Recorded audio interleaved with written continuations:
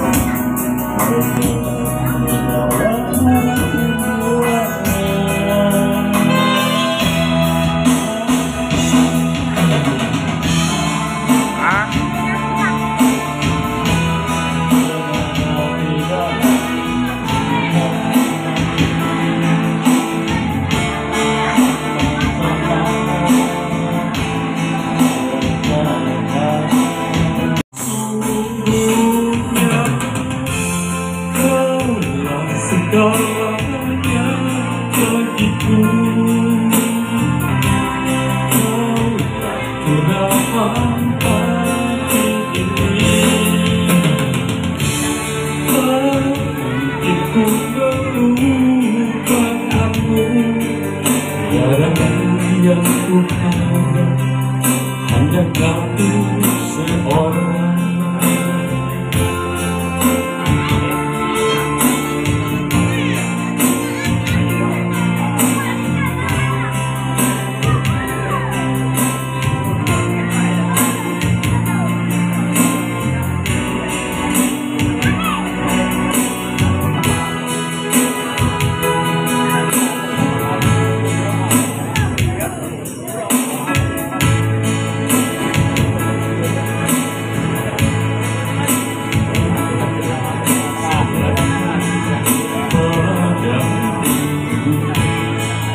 Hingga di kamu pergi, hanya dirimu di kau sayang. Ali wa ashabi ajma'in. Qalu subhanaka la ilma lana illa ma 'allamtana innaka antal alimul hakim. Amma ba'd. Yang kami hormati para alim ulama, para sesepuh tokoh masyarakat cerdik pandai, para asatiz wal asatizah, yang kami hormati orang tua kami, guru-guru kami, ustadz dan ustazah, dan yang kami hormati pemuka masyarakat, tokoh adat, ketua-ketua RW, ketua RT, dan bil khusus yang kami hormati sahibul bait, yaitu keluarga besar Bapak Seprian Saputra dan Ibu Cynthia Novita, sekeluarga besar. Dan tak lupa pula yang kami hormati bapak-bapak, ibu-ibu hadirin undangan Walimatut Tasmiyah, yang semoga kita semua yang hadir pada pagi menjelang siang ini akan selalu diberikan taufik, rahmat serta hidayah dari Allah Subhanahu wa taala. Amin ya rabbal alamin. Bapak Ibu hadirin undangan yang dirahmati Allah Subhanahu wa taala, yang paling utama adalah bersyukur terlebih dahulu kepada Allah Subhanahu wa taala karena hadirnya kita, duduknya kita di tempat ini memenuhi undangan keluarga besar, yaitu Bapak Septrian Saputra dan Ibu Cynthia Novita atau Bapak Aswan, yang kita munajatkan pada pagi menjelang siang ini akan dikabulkan oleh Allah Subhanahu wa Ta'ala. Amin. Dan semoga kiranya yang belum diberikan keturunan-keturunan, Allah Subhanahu wa Ta'ala akan segera memberikan keturunan. Amin. Dan yang sudah diberikan keturunan, semoga kiranya anak-anak kita akan selalu menjadi anak-anak yang soleh dan soleha. Amin ya rabbal alamin. Selain daripada itu, salawat serta salam selalu kita mohonkan kehadirat Allah Subhanahu wa Ta'ala, agar kiranya Allah selalu dan semoga mencurahkan salawat dan salamnya kepada teladan kita, junjungan kita, Nabi besar Muhammad sallallahu alaihi wasallam. Semoga salawat dan salam yang kita ucapkan pada pagi menjelang siang ini akan menjadi syahid di hadapan Allah Subhanahu wa Ta'ala. Dan semoga kiranya kelak yaumil akhir nanti Nabi kita Muhammad sallallahu alaihi wasallam akan memberikan pembelaan serta pertolongan kepada kita semua, khususnya yang hadir di tempat yang mulia ini. Amin ya rabbal alamin. Bapak Ibu hadirin undangan yang dirahmati Allah Subhanahu wa Ta'ala, sebagai wujud syukur dari seorang yang bernama Septrian Saputra dan Ibu Cynthia Novita yang telah diberikan keturunan seorang putra yang alhamdulillah sehat walafiat dan sudah kita resmikan namanya. Ini merupakan satu nikmat dan keberkahan yang luar biasa. Mohon maaf, sekali lagi jangan tersinggung, tidak ada maksud menyinggung. Karena banyak orang-orang yang sudah menikah 5 tahun, 10 tahun, 20 tahun belum diberikan keturunan oleh Allah Subhanahu wa Ta'ala. Bersabar. Ini ujian yang diberikan Allah Subhanahu wa Ta'ala, dan ini menjadi rahasia Allah Subhanahu wa Ta'ala. Dan yang diberikan keturunan juga bersabar. Kalau sekiranya kita diberikan anak zuriat, anak-anak yang bandel, anak-anak yang nakal, tinggal tergantung kita bagaimana orang tuanya memberikan pendidikan kepada anak-anaknya untuk menjadi anak-anak yang soleh dan soleha. Kadang-kadang mohon maaf, orang tahan membeli anak, masih kita pelembangnya, sampai ke luar negeri, sampai ke Singapura beli bayi tabung, harganya sampai 50 juta, ikhlas beli anak demi keturunan. Karena Allah belum berikan keturunan, karena rezekinya ada, kepengen punya anak, tahan ke luar negeri beli bayi tabung. Mohon maaf, sampai ke Singapura itu pun barangkali tabung-tabung bekas, kita tidak tahu, mohon maaf. Tapi kenapa kehidupan sekarang justru ada yang diberikan keturunan dibuang di tempat sampah? Betul Pak? Ada yang diberikan keturunan ditelantarkan. Allahu Akbar. Sementara orang yang menikah secara sah, Allah berikan keturunan, padahal begitu sangat mengharapkan zuriat keturunan. Sabar. Semuanya adalah menjadi rahasia Allah Subhanahu wa Ta'ala. Anak adalah titipan yang diberikan Allah Subhanahu wa Ta'ala. Bahkan anak bisa menjadi fitnah bagi kedua orang tuanya kalau kita tidak bisa mendidik anak-anak kita. Al-mal wal banun zinnatul hayatid dunya. Ya, bahwa harta dan anak yang diberikan Allah Subhanahu wa Ta'ala itu merupakan harta titipan diberikan Allah, juga bisa menjadi fitnah bagi kedua orang tuanya kalaulah barangkali anak-anaknya tidak dididik dengan benar. Muhammad di depan namanya ila yaumil akhir, akan aku panggil lebih dulu ila yaumil akhir. Jadi berikan nama yang terbaik terhadap anak-anak kita. Ustaz, boleh tak nama anak aku dinisbatkan dengan nama-nama Allah? Silakan. Abdul Rahman, Abdul Rahim, Abdul Garib, Abdul Jabbar, Abdul Somad. Silakan diberikan dinisbatkan dengan nama-nama Allah, boleh. Ustaz, boleh tak anak aku ni betina dinisbatkan dengan nama keluarga Nabi? Boleh, silakan. Aisyah, Fatimah, Khadijah, ya tak? Silakan. Berikan nama yang terbaik dan mengandung makna yang terbaik untuk anak-anak kita. Jangan memberikan nama yang tidak sesuai dengan akidah Islam. Siapa dek namanya dek? Siti Margetnya Ustaz. La ilaha illallah. Antum dari mana? Lagi Palembang. Nah, mentang-mentang mau Palembang Siti Margetnya. Udah juga lah enye-enye. Ya dah. Berikan nama yang terbaik kepada anak-anak kita. Saya ingat cerita ada seorang ustadz itu yang biasa mendawamkan suratul Fatihah. Bininya lagi hamil. Tiap malam ngaji. Dibacakan suratul Fatihah. A'udzubillahi minasyaitonirrajim. Bismillahirrahmanirrahim. Alhamdulillahirabbil alamin. Ar-Rahman. Lahir anaknya. Tinjuk nama Abdurrahman. Bagus dari Al-Qur'an, dari suratul Fatihah. Hamil lagi bininya, anak yang kedua. Maco lagi suratul Fatihah, dia terkenang. Alhamdulillahirabbil alamin arrahmanir rahim. Abdurrahim. Pertama Abdurrahman, yang kedua Abdurrahim. Hamil lagi bininya, punya anak yang ketiga, tidak pakai KB. Sempat Haryanti. Anak pertama bentuk, anak kedua sempat, anak ketiga selontok. Selesai. Hati-hati yang lebih mancing juga. Berikan nama yang terbaik kepada anak-anak kita. Dan ketika anak itu lahir,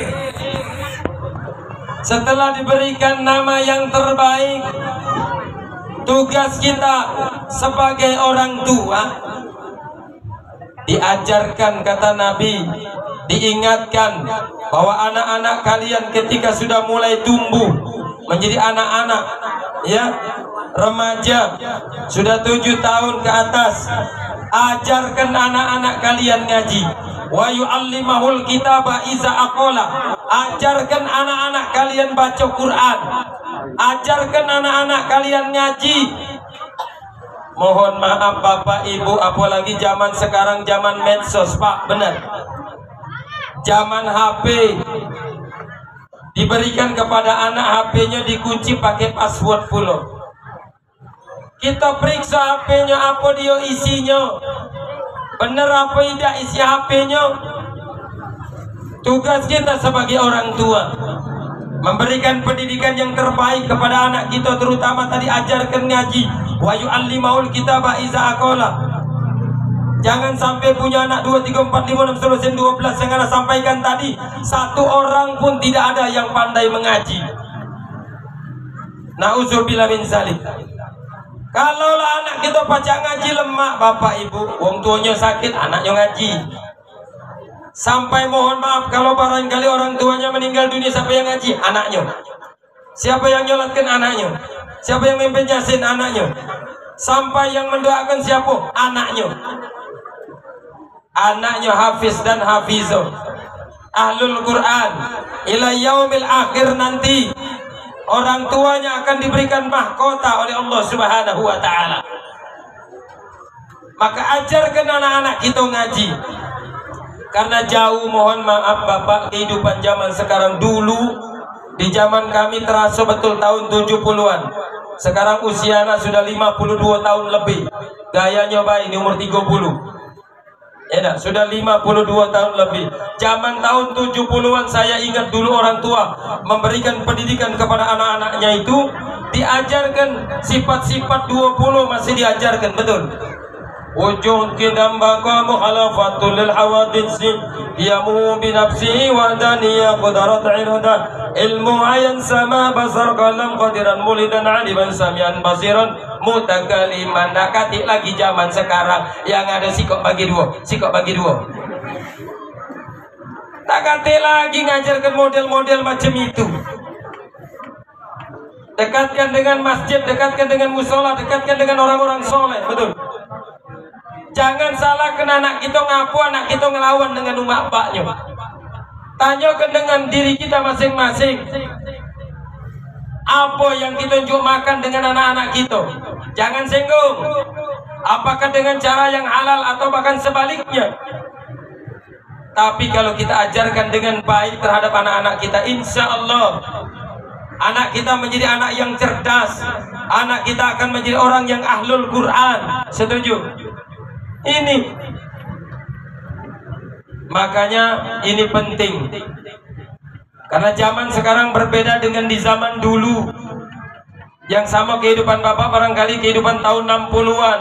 Nak ngaji tuh make sente, Pak ya, make obor, berjalan jauh mencari ustadznya bukan main, becek kadang kehujanan pulau. Saking kepengen wong tua anaknya baca ngaji. Zaman sekarang beda, mohon maaf jangan tersinggung. Jangan bangga kita punya anak baca bahasa Inggris, bahasa Jerman, bahasa Jepang, bahasa Italia, bahasa Cina dan lain-lain, Mandarin dan seterusnya. Tapi kenapa kita tidak bangga?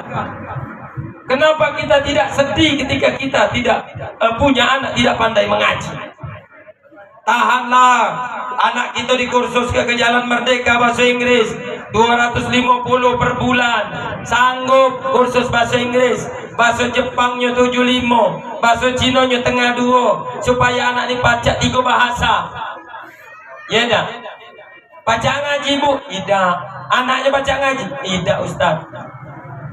Hati-hati juga benar. Titipkan anak kita pada guru ngaji, ajarkan anak kita ngaji. Aku tak baca Ustaz ngajari ngaji. Panggil guru ngaji ke rumah. Ay mahal Ustaz. Nak minta 100. Bahasa Inggris tengah 2 sanggup, bayar Ustaz ngaji 100 nanda. Mahal ujinya. Sudah titipkan di TPA. Ada TPA di sini Pak ya. Titipkan anak-anak kita di TPA. Alhamdulillah cuma 5.000 di TPA Pak. Dititipkan di TPA anak kita, alhamdulillah 6 bulan baca ngaji. Begitu ditagih oleh ustadznya, nak sini nak ngapo. Lah 6 bulan nak nunggak bayaran. Allahu Akbar. Njuk tahu kenapa kau di bawah ibu nak sebulan 6 kali 5 30.000. Tinjuk tahu oleh si budak dengan apanya? Apa? Aku lah baca ngaji Pak, alhamdulillah Pak 6 bulan Pak. Ya 6 kali 5 30.000 Pak. Njuk tahu sama ustaz kau. Apa bikin ngaji dah pakai bayar-bayaran, cukup dengan minyak tanah bergudu-gudu. Zaman dulu bayar dengan minyak tanah Pak, ini katik lagi minyak tanah. Benar. 30.000 bayar ngaji berat. Giliran bahasa Inggris, bahasa Jepang, bahasa Cina, bahasa Jerman, bahasa lain baca, sanggup dia bayar. Tapi kenapa bayar ngaji 5.000 tidak sanggup? Jangan singgung. Maka jangan biarkan anak kita keluyuran malam. Panggil kalau maghrib. Zaman kami bingin basuni balik maghrib, ngaji di rumah semayang. Iya Pak, balik. Lagi ada hantu pukang uji apa? Balik lagi ada hantu pukang. Karena tempat kami dulu banyak kebun-kebun karet, sepi. Balik dia ada hantu pukang. Mak ini bukan lagi hantu pukang, uji kupak pukang nian. Kalau malam minggu bergerempangan, dibonceng kawan sebelah tuh senggit pulo. Pakai rok pendek anak siapa lah, itu juga anak siapa lah. Pakai rok pendek pukang nian, bukan lagi hantu pukang. Allahu Akbar ya Karim, uji. Mana kita kedua orang tua mendidik anak-anak kita itu menjadi anak-anak yang baik dan soleh, sehingga kalau dia baik tidak Ustaz salah. Betul. Nyanyi boleh tapi ngaji sholat nomor 1. Jangan ngaji baca nomor 1 bagus tapi sholat dengan ngaji dibiarkan, tidak diajarkan. Nauzubillah min zalik. Ini zaman sudah luar biasa kebablasan. Mohon maaf, bukan singgung, bukan marah Pak, mohon maaf. Tapi karena melihat tingkah laku, karena saya terjun di dunia pendidikan, saya tahu betul itu, melihat anak-anak. Maka ketika anak itu lahir,